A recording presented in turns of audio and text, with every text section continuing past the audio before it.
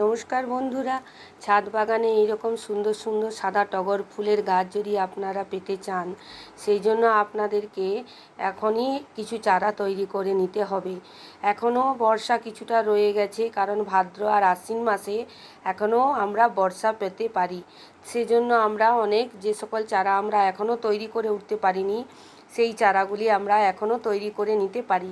তার জন্য আমাদেরকে কিছু কাটিং জোগাড় করতে হবে। এই রকম নানা ধরনের টগরের প্রজাতি আছে, সেই টগরের কাটিংগুলি আপনারা নিয়ে আসবেন।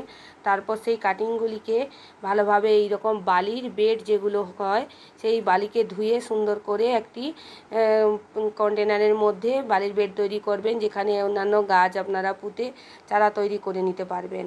এই রকমভাবে টগর গাছের ডালগুলির পাতাগুলিকে কেটে নেবেন। তারপরে রুটিং হরমোনে ডুবিয়ে, অথবা যদি আপনাদের কাছে যদি অ্যালোভেরা থাকে, অ্যালোভেরা দিয়েও আপনারা এরকম বালিতে পুঁতে নেবেন। তাহলে দেখবেন আপনার বেশ কিছুদিন পরেই সুন্দর সুন্দর টগর গাছের চারা তৈরি হয়ে যাবে।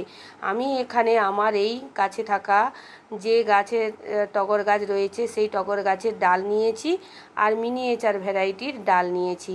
আপনারাও সুন্দর সুন্দর টগর গাছের ডাল নিয়ে এসে এইরকমভাবে চারা তৈরি করে ফেলুন, এবং আপনার বাগানে নানান ফুলের যে সমারোহ তৈরি করবেন, সেই রকমভাবে বাগানকে সাজিয়ে তুলবার জন্য নানা টগর ফুলের গাছ তৈরি করে নিতে পারেন। কেমন লাগলো ভিডিওটি জানাবেন। ভালো লাগলে চ্যানেলটিকে সাবস্ক্রাইব করতে, লাইক করতে, কমেন্ট করতে ভুলবেন না।